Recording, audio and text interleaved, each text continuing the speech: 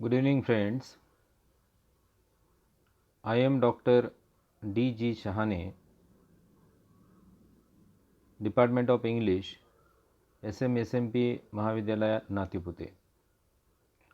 Today we are going to discuss the poem Obituary written by A.K.Ramanujan. First of all, I would like to give you information about the poet A.K.Ramanujan. A.K.Ramanujan is a well-known Indian poet in English. He is a bilingual poet. He writes both in Kannada and English. He was born in Mysore in 1929. He received his education first at the Bhanumai High School and then at Maharaja College, Pune. He got the Fulbright Fellowship and worked at Indiana University, USA. Then he worked as a lecturer in English literature for some time at the universities of Belgaum and Baroda. He also worked as the professor of Dravidian Studies and Linguistics at the University of Chicago, USA. Thus, he is a voluntary exile from India. His essentially Indian sensibility has enabled him to go to India's past, and his sense of Indian history and tradition is unique. The past comes to life in his poetry, and this presence of the past might not have been possible had he continued to live in India. A.K. Ramanujan's art is almost perfect. The only fault that can be found with him is that his poetic output is too thin. He has to his credit only two slender volumes of poetry named as the Striders, published in 1966, and Relations Poems, published in 1971. Then there is another collection, that is Select Poems, which was published in 1976, contains a selection of poems from both these volumes. His forte seems to be translations, include 15 Tamil poems which were published in 1965. The Interior Landscape, this is another collection which was published in, collection of translation, which is published in 1967. Speaking of Sisia, which was published in 1972. Sanskara, which was published in 1976. During his over 15 years of stay in the USA, he has also contributed to a number of literary journals and magazines. His Kannada poetry is collected in such volumes as No Lotus in the Novel, 1969. Such a great poet, the Indian poet, died in 1993 at the age of 64. Friends, this is a little bit information about the life and work of A.K. Ramanujan. And now I think we must have discussion or summary of the poem Obituary.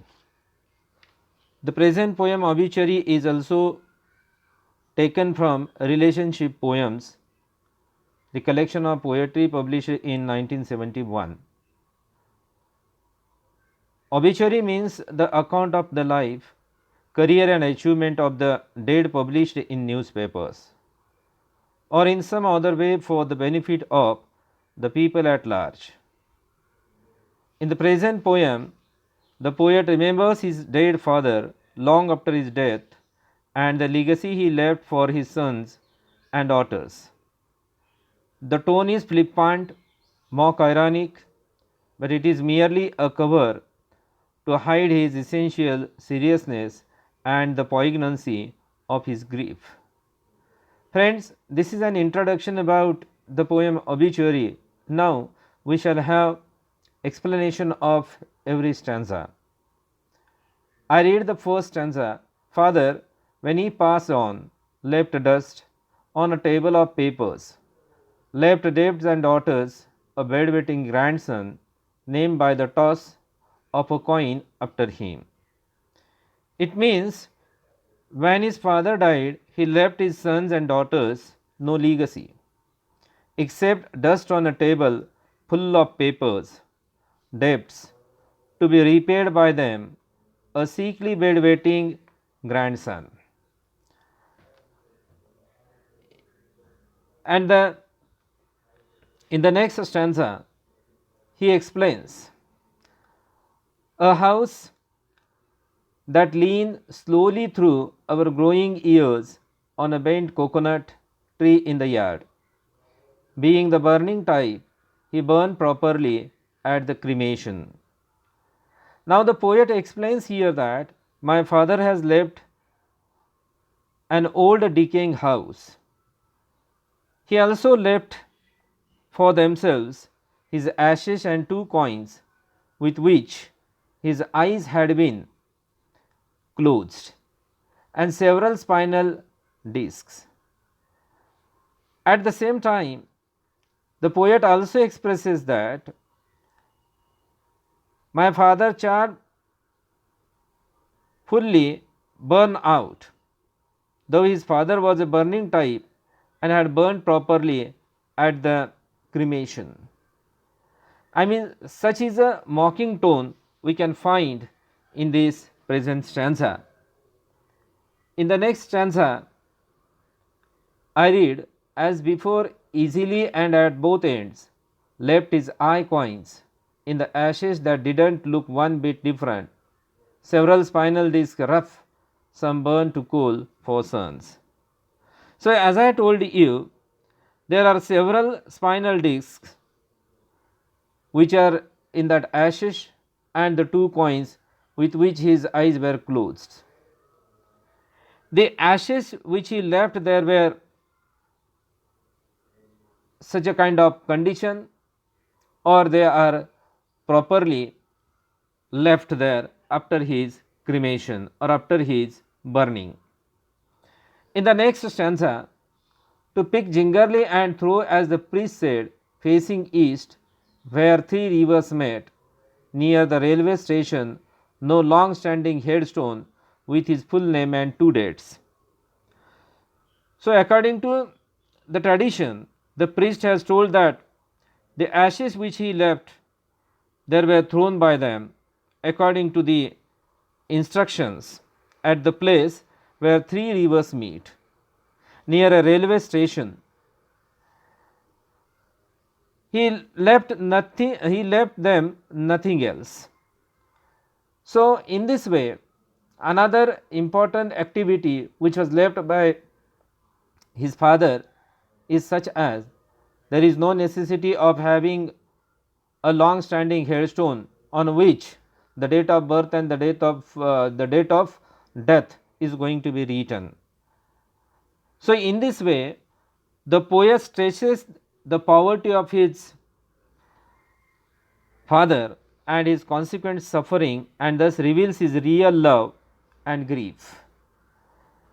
The poet uses the negative of caution to warn us against supposing that a headstone had been erected in his memory to record the story of his life deeds, as I told you earlier. In the next stanza, the poet expresses, to hold in their parenthesis everything he didn't quite manage to do himself, like his Caesarean birth in a Brahmin ghetto and his death by heart failure in the fruit market. As I told you, the poverty of his father is described here. His father was poor, obscure person to whom death must have come as a welcome relief. So, later on, continuing with the obituary of his father in the same mocking or mock ironic tone, the poet says that his father did many things, but he did not actually do them, rather, they happened to him. Now, we can give here example which is reflected here in this stanza.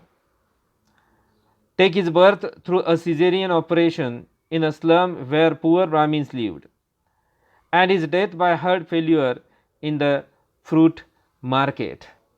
Such a kind of condition of his father was there, which is explained through the medium of this present stanza. In the next stanza, I mean, the poet expresses who sell it in turn to the small groceries where I buy salt, coriander and jaggery in newspaper cones that I usually read. I mean, such are the two achievements of his career, but even they are not the subject of any long standing headstone. Nobody remembers these events except the loving and grieved poet. The very fact that he sings of these events brings out his real love for his father, which he tries to hide but is unable to do so. Under the cover of a mocking, flippant tone, the real concern and solitude of this present poem and the poet for his father are brought out by the fact that he reads old newspapers in the hope of finding in them two lines about his father, which he has been told were published in the columns of a Madras newspaper. So, the elegy ends as it began, with the poet adding to the catalogue of things their father left for them. For fun, I read the stanza for fun, and lately in the hope of finding these obituary lines, and he left us a changed mother and more than one annual ritual. So, the present elegy ends as it began, with the poet adding to the catalogue of things their father left for them.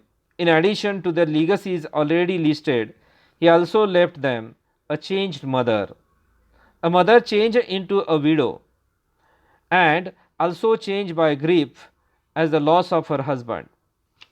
He also left for them, I mean, to the whole family, a number of rites to be performed annually according to the age old customs and traditions. The familial is thus linked up with the historical and the traditional, and universality is achieved. The flippant and the serious alternate throughout and impart to elegy its poignancy and immediacy of appeal. In this way, the explanation or the summary of this present poem ends here. So, thank you very much for giving me your patience. Thanks a lot.